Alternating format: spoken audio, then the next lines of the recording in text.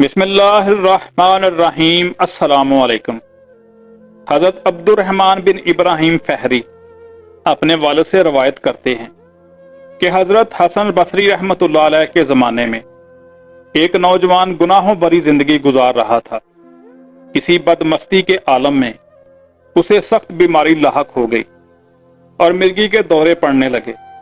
جب کمزوری حد سے بڑھنے لگی تو انتہائی رنج و غم کے عالم میں بہت ہی خفیف آواز کے ساتھ اپنے رحیم و کریم پروردگار کی بارگاہ میں اس نے اس طرح التجا کی: اے میرے پروردگار، میرے گناہوں سے درگزر فرما، مجھے اس بیماری سے چھٹکارا عطا فرما۔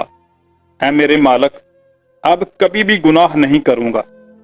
اس کی دعا قبول ہوئی اور اللہ نے اسے شفا عطا فرما دی، لیکن صحت یابی کے بعد وہ دوبارہ گناہوں میں منہمک ہو گیا اور پہلے سے زیادہ نافرمانی کرنے لگا۔ اللہ تعالیٰ نے دوبارہ اس پر بیماری مسلط فرما دی۔ وہ پھر گڑ گڑانے لگا اور عرض گزار ہوا: اے میرے پاک پروردگار، اس مرتبہ مجھے شفا عطا فرما دے، اب دوبارہ کوئی گناہ نہ کروں گا۔ اللہ تعالیٰ نے اسے پھر تندرستی عطا فرما دی، لیکن اس کی آنکھوں پر پھر غفلت کا پردہ پڑ گیا اور گناہوں کی طرف مائل ہو کر پہلے سے بھی زیادہ نافرمان ہو گیا۔ اللہ تعالیٰ نے اسے پھر بیماری میں مبتلا کر دیا۔ اس مرتبہ مرض بہت شدید تھا۔ اس نے بڑی نکاہت بھری غمگین آواز میں خدائے رحمان و رحیم کو پکارا: اے میرے پروردگار، میرے گناہوں کو بخش دے، مجھ پر رحم فرما اور مجھے بیماری سے شفا عطا فرما۔ میرے مولا، میں پھر کبھی تیری نافرمانی نہیں کروں گا۔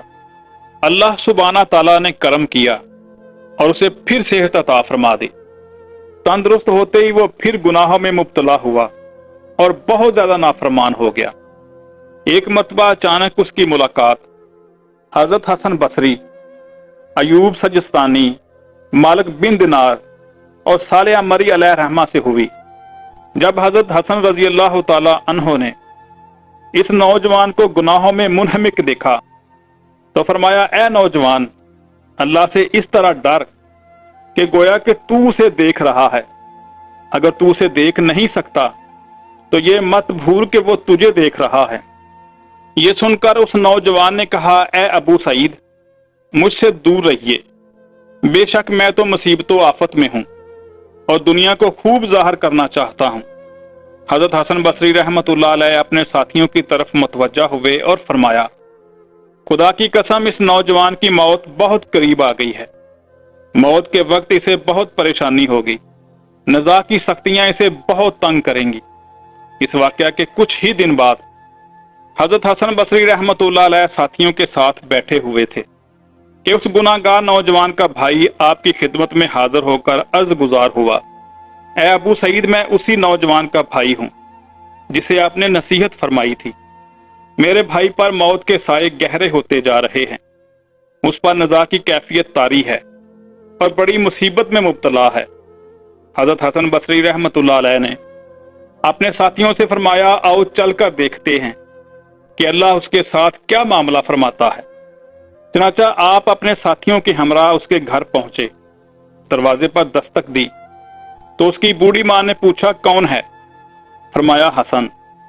آپ کی آواز سن کر بوڑھی ماں نے کہا: اے ابو سعید، آپ جیسے نیک شخص کو کیا چیز ہمارے پاس کھینچ لائی؟ حالانکہ یہ تو ہمیشہ گناہوں کا مرتکب رہا اور حرام کاموں میں پڑا رہا۔ فرمایا: محترمہ، آپ ہمیں اپنے بیٹے کے پاس آنے کی اجازت دیں، بے شک ہمارا پاک پروردگار گناہوں کو بخشنے والا اور خطاؤں کو مٹانے والا ہے۔ بوڑھی ماں نے اپنے بیٹے کو بتایا کہ حضرت حسن بصری رضی اللہ تعالی عنہ دروازے پر کھڑے ہیں اور وہ اندر آنا چاہتے ہیں۔ کہا: امی جان، حضرت حسن بصری یا تو میری عیادت کرنے آئے ہیں یا پھر زجر و تبیخ کرنے، بہرحال آپ دروازہ کھول دیں۔ جب آپ اندر تشریف لائے تو دیکھا کہ نوجوان نزا کی سختیوں میں مبتلا ہے، اس پر نا امیدی اور رنج و الم کے سائے گہرے ہوتے جا رہے ہیں۔ آپ نے فرمایا: اے نوجوان، اللہ سے معافی طلب کر، بے شک وہ رحیم و کریم پروردگار تیرے گناہوں کو بخش دے گا۔ نوجوان نے کہا: اے ابو سعید، اب وہ میرے گناہوں کو نہیں بخشے گا۔ فرمایا اے نوجوان، کیا تم اللہ کے لیے بخل ثابت کرنا چاہتے ہو؟ وہ پاک پروردگار تو بہت زیادہ کریم و جواد ہے، اس کی رحمت سے مایوس کیوں ہوئے جاتے ہو؟ نوجوان نے کہا اے ابو سعید، میں نے رحیم و کریم پروردگار کی نافرمانی کی تو اس نے مجھے بیماری میں مبتلا کر دیا۔ میں نے شفا طلب کی تو اس نے شفا عطا فرمائی۔ میں نے پھر نافرمانی کی تو دوبارہ بیماری میں مبتلا ہو گیا۔ پھر گناہوں سے معافی طلب کی اور صحت یابی کی دعا مانگی تو اس پاک پروردگار نے مجھے شفا عطا فرما دی۔ میں اسی طرح گناہ کرتا رہا اور وہ معاف کرتا رہا۔ اب 5ویں مرتبہ بیمار ہوا ہوں۔ میں نے اس مرتبہ اس سے اپنے گناہوں کی معافی طلب کی اور صحت یابی کے لیے عرض کی تو اپنے گھر کے کونے سے یہ غیبی آواز سنی، تیری دعا و مناجات قبول نہیں، ہم نے تجھے کئی مرتبہ آزمایا مگر ہر مرتبہ تجھے جھوٹا پایا۔ نوجوان کی یہ بات سن کر حضرت حسن بصری رحمت اللہ علیہ نے اپنے ساتھیوں سے فرمایا چلو واپس چلتے ہیں۔ یہ کہہ کر آپ وہاں سے تشریف لے گئے۔